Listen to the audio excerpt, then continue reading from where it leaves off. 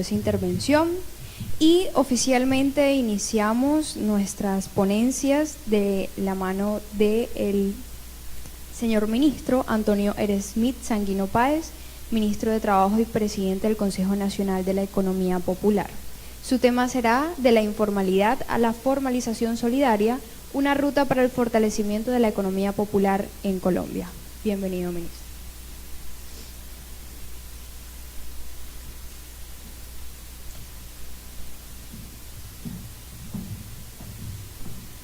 Bueno, no pensé que me fuera a tocar enseguida. Muchas gracias por esta invitación. Un saludo muy cordial a Héctor Javier Galindo, vocero de la Mesa Nacional de Tenderos y Comerciantes de la Economía Popular, a mi amiga y colega, compañera de gobierno Tatiana Zambrano, directora de Innovación y Desarrollo Empresarial del Departamento Nacional de Planeación, a Abraham Yatin, supervisor administrativo del proyecto FENOGE, a Santiago Peña, entiendo que nos está acompañando Santiago, experto en inteligencia artificial. Muy bueno la inteligencia artificial, pero no hay que olvidar la inteligencia natural, ¿cierto? Bueno, y a José Luis, por supuesto, a José Romero, vicepresidente de Paz y Derechos Humanos de la Cámara de Comercio, a todas y a todos ustedes, un saludo muy, pero muy especial. Yo quiero iniciar esta intervención refiriéndome a un asunto que ha venido en estos últimos días ocupando algunos debates en la opinión pública por cuenta de la discusión que vendrá en estos meses en relación con el incremento del salario mínimo para los trabajadores de Colombia. Ustedes, no sé si aquí estén los amigos de FENALCO, han escuchado la opinión del señor Jaime Alberto Cabal, presidente de FENALCO. El señor Cabal y a veces el señor Bruce McMaster y el señor Bedoya, presidente de la SAC, y Bruce, que es presidente de la ANDI, se les ha dado por comportarse más como opositores políticos que como representantes de los gremios económicos. Y el señor Jaime Alberto Cabal ha enarbolado un discurso, diría yo, panfletario contra el gobierno y contra el incremento del salario mínimo, que da cuenta de un egoísmo muy poco inteligente de parte del doctor Cabal. Porque si alguien se beneficia del incremento del salario mínimo, es el tendero, el pequeño comerciante. Porque es que los trabajadores no se van a comprar a Miami, ni a París, van a comprar a la tienda de la esquina o al centro comercial. Incluso van a comprar en la calle también, si encuentran un vendedor ambulante, etcétera, etcétera. Y lo que están demostrando además los indicadores económicos, lo sabrá y seguramente lo dirá ahora Tatiana, lo que están demostrando las cifras y los indicadores económicos, por el contrario, es el impacto positivo del incremento del salario mínimo en lo que va corrido del gobierno del presidente Gustavo Petro. El incremento acumulado ha sido del 37.6%, el incremento nominal del salario mínimo. Y seguramente este último salario mínimo que va a decretar el presidente Gustavo Petro, o bien porque sea un acuerdo de la Comisión de Concertación de Políticas Laborales y Salariales, o bien porque si no hay acuerdo se decrete de todas maneras, como lo establece la Constitución Nacional, va a ser un incremento por lo menos por el doble de la inflación causada. ¿Y qué ha ocurrido en la economía colombiana? Pues que la inflación no se ha disparado como dicen quienes, entre esos Cabal, se va a incrementar o se va a disparar la inflación y se va a generar un efecto inflacionario por cuenta del incremento del salario de los trabajadores.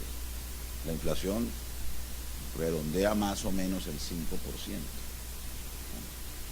¿Y qué ha ocurrido con el desempleo? Ha caído el desempleo y ha caído ha crecido el empleo formal, porque también ha ha habido una disminución todavía demasiado modesta de la informalidad, pero los últimos registros del DANE indican que el desempleo está en el 8.8%.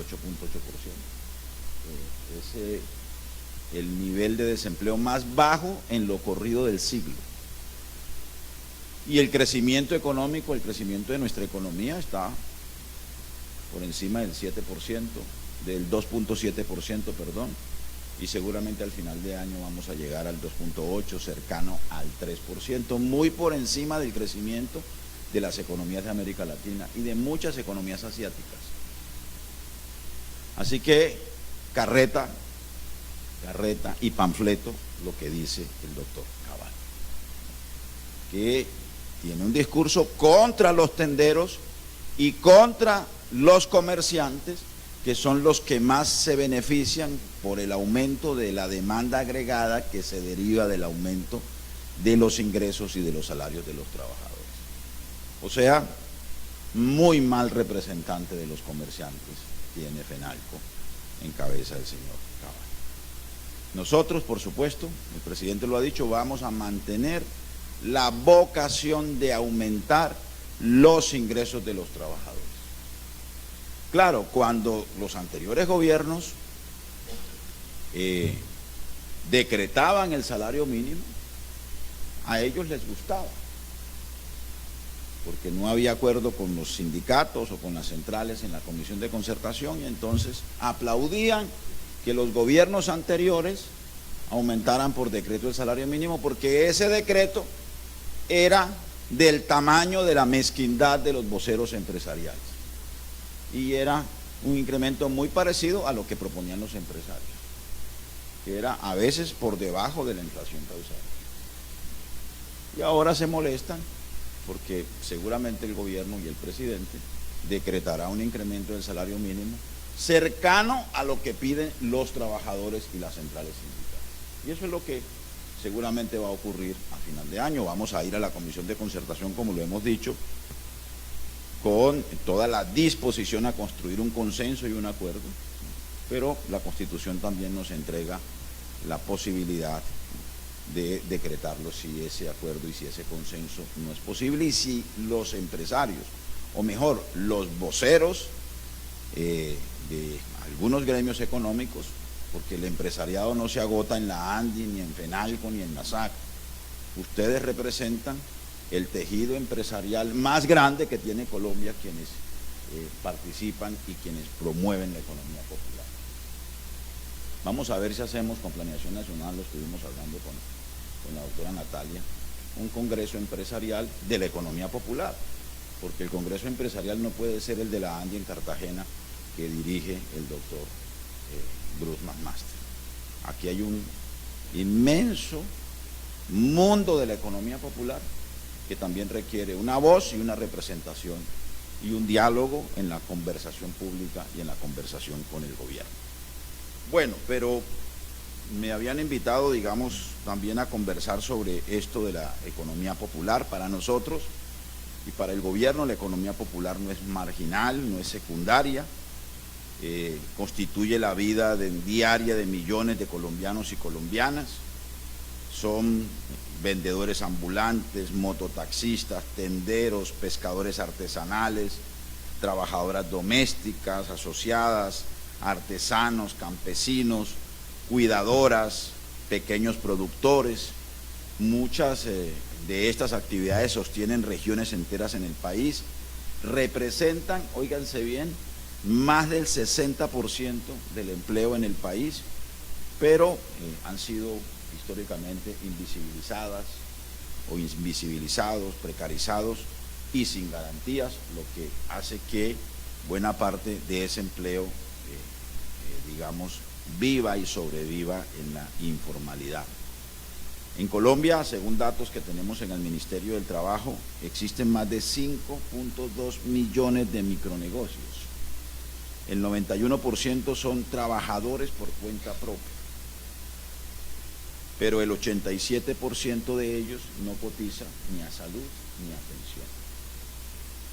Y esa es una de las realidades que queremos transformar. En la reforma laboral, por ejemplo, que fue sancionada por el presidente de la República después de una lucha durísima en el Congreso y en las calles. El 26 de junio fue sancionada por el presidente de la República. Hay una apuesta por la formalización de, yo calculo, por lo menos 1.500.000 trabajadores que hoy están en la informalidad. No son propiamente de la economía popular, pero realizan sus actividades laborales en condiciones de informalidad. Por ejemplo, nosotros tenemos, según cálculos del Ministerio del Trabajo, 700.000 trabajadoras domésticas. De esas, 500.000 no cuentan con un contrato de trabajo. Todavía les decimos sirvientas, que es un concepto bastante feudal, ¿no? Porque viene de ser servil, ¿no? Muchas de las mujeres de estos pueblos del Cesar y del Caribe, ¿no? Son contratadas en condiciones de abuso y de violación de sus normas laborales en las grandes ciudades del país, o en Barranquilla, o en Bogotá, o en Medellín, en fin. Son internas, cuando son internas, pues trabajan jornadas laborales de 12, de 10, 12, 14 horas diarias. No tienen descanso, no tienen dominical, no tienen vacaciones, en fin. Entonces, sí, todavía le dicen sirvientas. El otro día me entrevistaron en la W, en Blue Radio, perdón, y un periodista se asombró y me preguntaba asombrado, ¿no? O sea que las trabajadoras, ¿no?, del servicio doméstico tienen los mismos derechos que otros trabajadores. ¿Y de qué te asombra? Pero bueno, la reforma laboral va a formalizar o obliga a que toda trabajadora doméstica cuente con un contrato laboral o con un registro de su contratación, si es verbal, mediante un mecanismo, digamos, un formato que vamos a crear en el ministerio, y ese contrato debe estar registrado en las oficinas del trabajo en todo el país. Vamos a formalizar 440.000 trabajadores de reparto, los que ustedes ven llevando domicilios, ¿no?, a través de plataformas como Rappi y similares, que tampoco tienen contrato laboral, no tienen protección en sus riesgos laborales, se desplazan en bicicletas y en motocicletas expuestos a accidentes laborales, en fin. Vamos a formalizar 40.000 madres comunitarias que tampoco tienen un contrato laboral. Los músicos, aquí en Valledupar hay por lo menos 5.000 músicos entre cajeros y guacharaqueros y acordeoneros que no son famosos como Silvestre, ¿no?, pero que no tienen ni un salario mínimo de ingresos y que además de eso no tienen una pensión ni tienen seguridad social y están expuestos a una vejez o a una muerte en condiciones de indignidad. Y esta es la capital mundial del vallenato. Entonces, digamos, hay una gran apuesta en la reforma laboral por la formalización, pero quiero decir lo siguiente: esta reforma laboral establece, me parece que es un punto muy importante, la necesidad de que se le garantice a todo trabajador, incluyendo el trabajador informal y el trabajador de la economía popular, una base de protección social. Eso quiere decir que el trabajador de la economía informal no va a necesitar estar sisbenizado, sino que tiene una base de protección en materia de salud, en materia de riesgos laborales y en materia del derecho a una pensión en condición de dignidad, ¿no? Incluso que no hace necesario que tenga que estar cobijado por el pilar solidario de la reforma pensional. Claro, el pilar solidario que arranca este 1 de octubre y que va a cobijar 3.100.000 adultos mayores que hoy están en condiciones de pobreza monetaria extrema y que recibirán un pilar solidario de 230.000 pesos, que es exactamente la línea de pobreza, lo que les permitirá salir de la pobreza. Muchos de ellos son trabajadores de la economía popular, que son adultos mayores, mujeres mayores de 70 años, hombres mayores de 75, van a recibir esa pensión, pero progresivamente, en la medida en que vayamos garantizando una base de protección social, esas personas, esos trabajadores de la economía popular, los que aún no se han pensionado o incluso los que ya tienen edad de pensión, van a tener, digamos, la posibilidad de incorporarse a la formalidad por esa vía, y va a evitar, digamos, que tengan que sisbenizarse o que tengan que acudir al pilar solidario. Nosotros desde el Ministerio del Trabajo estamos comprometidos, digamos, con la economía popular, no solo porque hagamos parte del Consejo Nacional de la Economía Popular, sino porque desde el propio Ministerio del Trabajo venimos impulsando una política pública de economía popular, solidaria, social y comunitaria.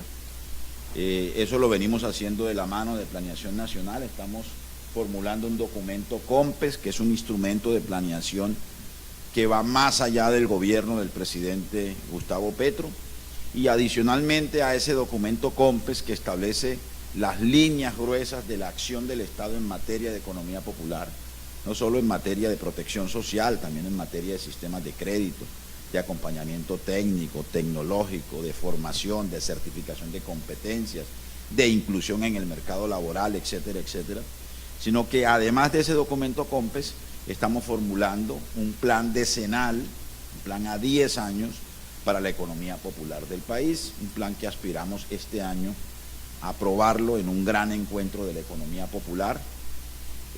Según me dijo la directora de Unidad Solidaria, están pensando que ese encuentro se haga aquí en el Caribe colombiano, en Barranquilla seguramente, o en alguna ciudad de la costa, de tal suerte que la economía popular cuente con un Consejo Nacional, cuente con un documento COMPES y cuente con un plan decenal que compromete recursos y acciones de las entidades del conjunto de la institucionalidad pública en el orden nacional y en el orden territorial, junto con organismos como las cámaras de comercio y por supuesto los sectores productivos del país, y principalmente los representantes legítimos, no postizos, legítimos de la economía popular, para que este esfuerzo, estos instrumentos, el documento COMPES y el plan decenal, sean instrumentos democráticamente construidos y democráticamente puestos en operación. Pero adicionalmente, nosotros venimos adelantando la iniciativa Plaza Más Popular, que significa recuperar las plazas de mercado como epicentros de la vida local, con el apoyo financiero, la capacitación, la formalización para comerciantes y campesinos. No sé si lo sepan, pero mis padres eran comerciantes de la plaza de mercado de aquí de Valledupar, así que es un asunto que me convoca, digamos, en lo personal. Estamos promoviendo círculos solidarios, ofreciendo crédito barato y confiable a más de 6.000 micronegocios para cerrarle el paso al gota a gota o al pagadiario, como se le conoce aquí popularmente, que es un mecanismo también de esclavitud del pequeño comerciante y de la gente de la economía popular.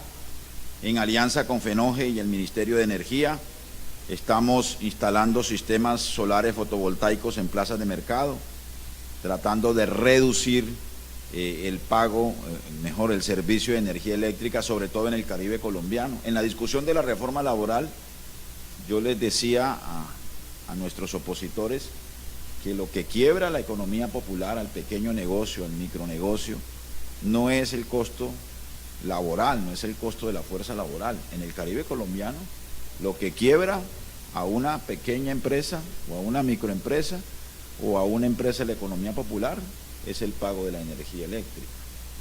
La semana pasada el Ministerio de Minas instaló un parque solar en el municipio de Tamalameque que beneficia a 500 familias en ese municipio, y eso lo viene haciendo el Ministerio de Energía con toda decisión y por supuesto por instrucción del presidente de la República, Gustavo Petro.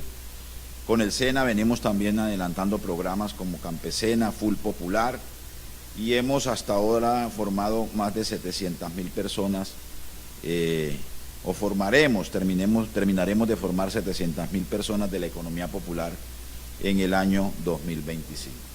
Así que además de la reforma laboral, además de la reforma pensional que trae el pilar solidario, tenemos una decisión, y hay una decisión del propio presidente, de convertir la economía popular en el principal enclave y en el principal motor del desarrollo económico del país.